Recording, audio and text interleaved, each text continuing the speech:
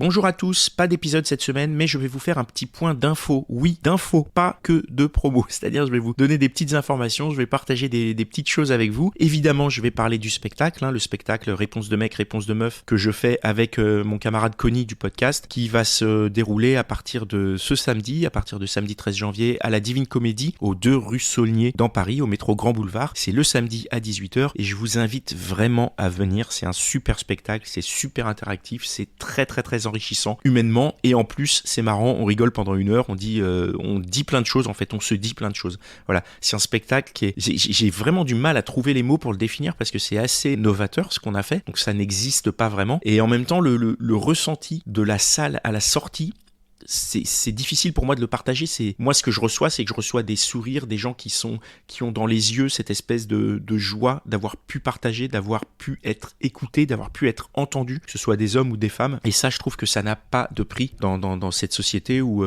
il y a à la fois d'un côté une libération de la parole parce qu'on a plein de médias pour le faire, mais en même temps une énorme chape de jugement parce que dès que tu ouvres la bouche sur quelque chose, tu peux te faire slasher et cracher dessus si t'es pas dans le bon truc. Et là, avec ce spectacle, on a réussi à créer un univers qui ne réagit pas à ces codes. Il n'y a pas de jugement, il n'y a pas de mauvaises choses qui peuvent être dites, et du coup les gens y parlent et ça leur fait un bien fou. C'est génial, vraiment. Venez voir ce spectacle, ça s'appelle Réponse de mec, Réponse de meuf. Le lien vers la billetterie est en description. Venez dès samedi là, c'est important qu'il y ait du monde dès la première parce que ça permet de se dire que ça marche et que juste on loue pas le théâtre à perte. Ça peut être sympa. Ça c'était pour la promotion, maintenant l'information. On continue nos aventures, Dan il a son média qui marche plutôt bien, qui s'appelle Climax. N'hésitez pas à aller jeter un œil. On voit régulièrement leurs vidéos popper chez Combini, très axé sur le greenwashing de cette crise climatique. C'est vraiment un travail nécessaire qu'ils font. Ils sortent 2 numéros du fanzine par an, ils font des soirées régulièrement, et voilà, je vous invite à suivre les aventures de Dan au sein de Climax. Moi et Conny, donc on a le spectacle. Pour ma part, je vais sortir un nouveau podcast.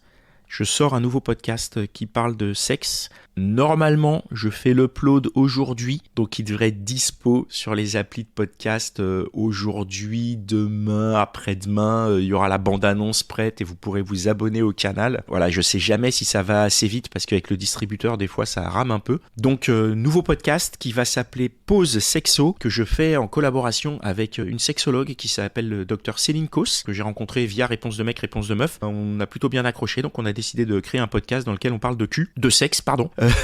Vous allez voir, c'est des entretiens, c'est assez long, ça fait des 30 minutes, c'est beaucoup elle qui parle, puisque moi j'ai pas grand chose à apporter, moi j'ai beaucoup de questions, j'ai pas beaucoup de réponses, et elle a les réponses. On a déjà enregistré quelques épisodes, on va en enregistrer d'autres, et puis voilà, on s'est dit encore une manière de partager. J'espère que ça vous plaira. Voilà, ça s'appelle Pause Sexo, et je vais faire en sorte que ce soit en ligne aujourd'hui. Voilà, si quand vous écoutez là, vous tapez Pause Sexo et vous tombez sur le podcast, c'est que j'ai réussi mon coup. Sinon, c'est qu'il y a eu un problème technique. Voilà, c'est pas du tout un problème humain. Je suis un humain irréprochable qui ne fait jamais d'erreur. Voilà, et le dernier truc, c'est que je voulais vous parler un peu de l'année. Donc sur l'année à venir, c'est marrant parce que l'année dernière, au même moment, début janvier, on était en train de préparer la dernière des gentilshommes. On a fait cette grande soirée au Club de l'Étoile, organisée avec Tipeee notamment, et pour se dire au revoir. Et à ce moment-là, je crois que 80% de ce qui s'est passé après dans l'année, pour ma part, n'était pas prévu. À ce moment-là, j'avais pas du tout prévu de faire un spectacle de Réponse de mec et de monter sur scène et de le jouer pendant la moitié de l'année. Il y a énormément de choses qui n'étaient pas prévues et qui sont arrivées quand même. Donc cette année encore, je me suis fixé des objectifs, non pas pour les atteindre, mais pour avoir des objectifs, parce que si t'as pas d'objectifs, t'avances pas. Enfin, c'est ma vision des choses. Donc je vais vous en partager 2. Le premier, c'est un projet de formation que j'ai pour accompagner celles et ceux qui voudraient créer des podcasts. J'ai déjà donné un cours dans ce sens dans une association parisienne qui aide des jeunes femmes à se former au métier en rapport avec les médias. Donc j'ai déjà donné une formation dans ce cadre-là. Mais là, je souhaite faire quelque chose qui soit en ligne, qui soit disponible pour tout le monde, que tu sois aussi bien à Paris qu'à Perpignan ou à Tahiti ou en Irlande ou n'importe où dans le monde, que tu puisses télécharger une formation audio qui te permettrait en quelques heures de pouvoir appréhender la fabrication d'un podcast de A à Z.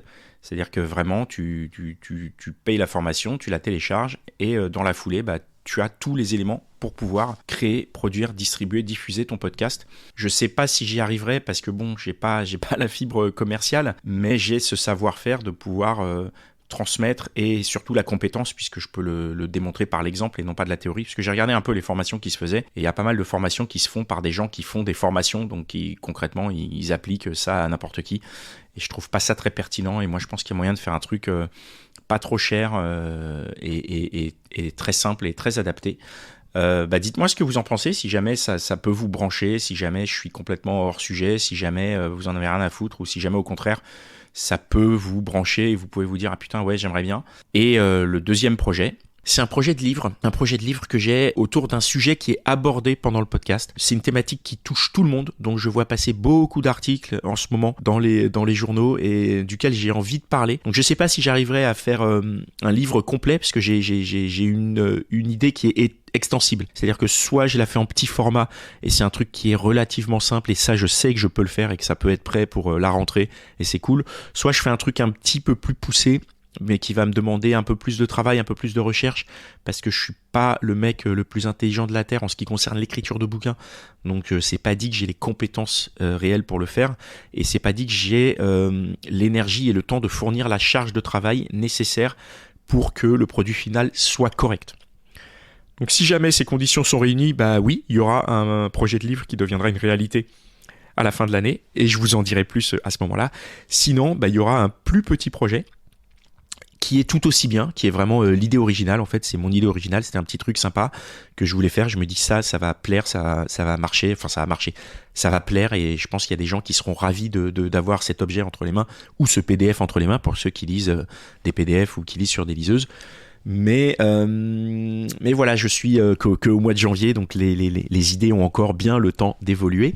Donc ça, c'est pour la fin de l'année. Et puis voilà, j'ai pas d'autres projets. Je vous invite, si vous le souhaitez, à rejoindre le Club des Gentilshommes pour continuer un peu l'aventure et les conversations inspirées par le podcast. Enfin, si le podcast vous plaît, sachez qu'on a créé, Connie a créé un espace Discord qui est accessible pour les gens qui nous soutiennent via Tipeee. Ça s'appelle le Club des Gentilshommes et vous pouvez y accéder et vous pouvez échanger avec des gens, quoi. Il y a plein de gens, il y a une petite communauté qui est là, il y a des salons écrits, il y a des salons vocaux, on peut discuter, on peut faire des grands appels vocaux comme sur WhatsApp ou comme dans, je sais plus comment ça s'appelait le truc sur Twitter à l'époque là. Et ou Clubhouse, voilà, comme sur Clubhouse. Et c'est vraiment une super communauté qui est toujours prête à donner des conseils. Alors comme dans toute communauté, parfois il y a des gens qui s'entendent plus ou moins bien, mais c'est ça aussi qui est hyper intéressant. Et si jamais vous voulez rejoindre le truc, si jamais vous vous sentez seul dans votre écoute des gentilshommes et que vous vous dites mais je suis pas seul à écouter, il y a peut-être des gens qui partagent ces questionnements, ces trucs là avec moi, oui, et ça s'appelle le Club des Gentilshommes et je vous invite à le rejoindre.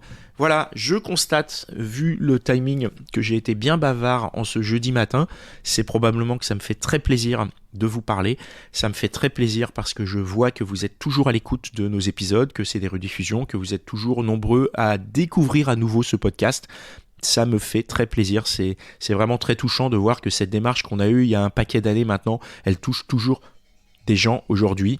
Et voilà, je vous laisse, et je sais pas si ça s'entend, mais il y a le téléphone qui sonne derrière. Je vous souhaite une bonne semaine et je vous dis à samedi au spectacle à la Divine Comédie. Ciao, ciao.